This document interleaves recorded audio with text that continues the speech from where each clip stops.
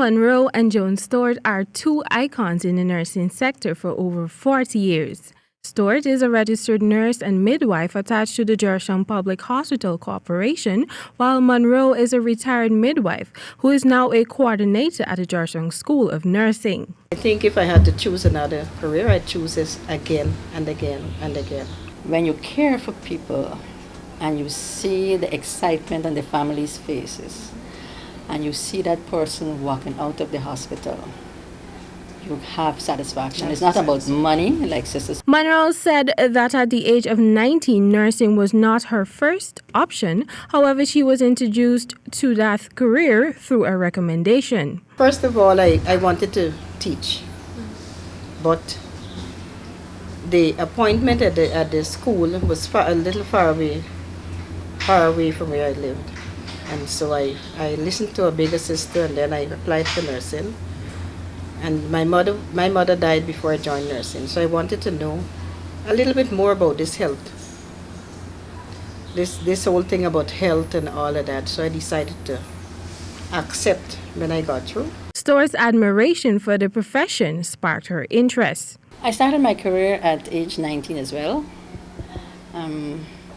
I just love the nurses. When I see a nurse dressed in that uniform, she looks so professional. And so I wanted to be this nurse in this nice uniform, right? So I decided to apply and I got through. I actually started at Linden Hospital Complex. Stewart recounted her first experience with delivering a baby. My first experience, it was to deliver somebody who was pregnant prior, but that baby had died. And the person came to the hospital now.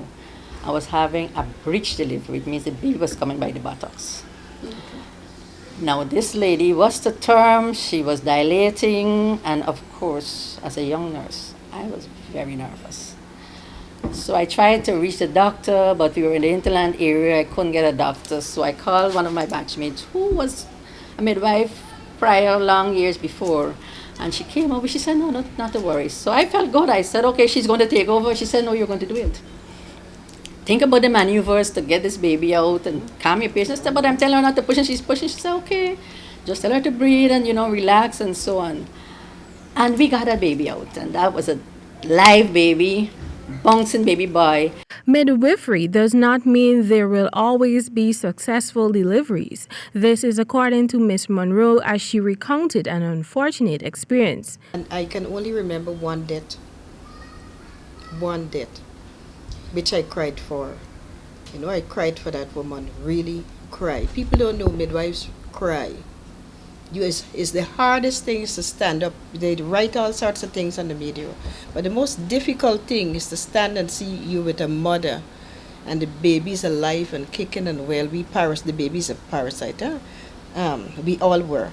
And then eventually the mother is taking her last breath. It hurts us. The midwives highlighted that over the years, the respect for nurses has declined. I don't know what happened over the years, but the kind of respect that, persons had for nurses, I don't think, they have, and I don't know why. I usually talk about professionalism. And if we are professionals, we ought to behave like professionals. And professional would not only be on the job. Anywhere. Professional is at home. Professional is how I dress. Professional is everything about me should be a professional. And that's what I try to get home to the younger students. Both women are imploring current and aspiring nurses to always have a positive approach to their daily duties. A nurse must have compassion, care and compassion. When we can do that, then we can empathize with people.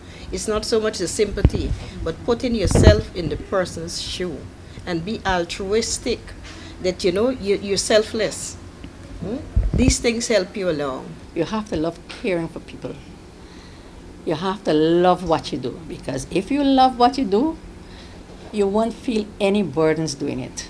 If I love doing this, I will do it every day and don't feel stressed out. International Nurses Week is celebrated around the world from May 6 to 12. Tamika Rodney reporting for HGP Nightly News.